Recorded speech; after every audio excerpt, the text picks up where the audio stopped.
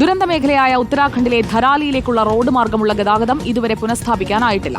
തകർന്ന റോഡുകളിലൊക്കെ ഇന്ന് BRO ഗതാഗത യോഗ്യമാക്കി. മറ്റൊരു റോഡിന്റെ നിർമ്മാണം പുരോഗമിക്കുകയാണ്. മലമുകളിലൂടെ നടന്ന് റിപ്പോർട്ടർ സംഘം ധരാലിക്ക് തൊട്ടടുത്തുള്ള ഗഗ്നാനി വരെ എത്തി. PR സുനിലിന്റെ report. ഗംഗോത്രിയിലേക്കുള്ള റോഡിൽ പട്ടുവാടിയിൽ രണ്ടിടത്താണ് റോഡ് തകർന്നിരിക്കുന്നത്. അതിലൊരു റോഡ് ഇന്ന് തുറന്നിട്ടുണ്ട്. അതേസമയം രണ്ടാമത്തെ റോഡിന്റെ നിർമ്മാണ പ്രവർത്തനങ്ങൾ ഇപ്പോഴും BRO നടത്തിക്കൊണ്ടിരിക്കുകയാണ്. ഇന്നലെ രാത്രി നിർമ്മിച്ച റോഡിന്റെ വലിയൊരു ഭാഗം ഇന്നലെ രാത്രി ഉണ്ടായ മഴയിൽ തകർന്നുപോയി.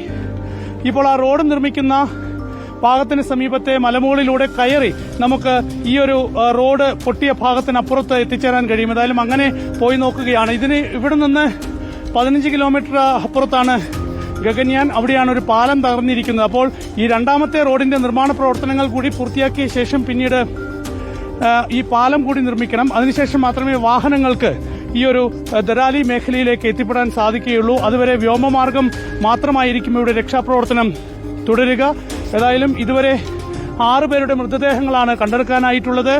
രക്ഷാപ്രവർത്തനം ഇന്ന് കൂടുതൽ വേഗത്തിലാക്കും എന്നാണ് സൈന്യം അറിയിച്ചിരിക്കുന്നത്. കാരണം ഇന്ന് കാലാവസ്ഥ മെച്ചപ്പെട്ടു നിൽക്കുന്നുണ്ട്. കാര്യമായ മഴയില്ല, നല്ല വെയിലുണ്ട്. അതുകൊണ്ട് തന്നെ കൂടുതൽ രക്ഷാപ്രവർത്തനം ഈ മേഖലയിൽ നടത്താൻ കഴിയുമെന്ന് പ്രതീക്ഷിക്കുന്നു.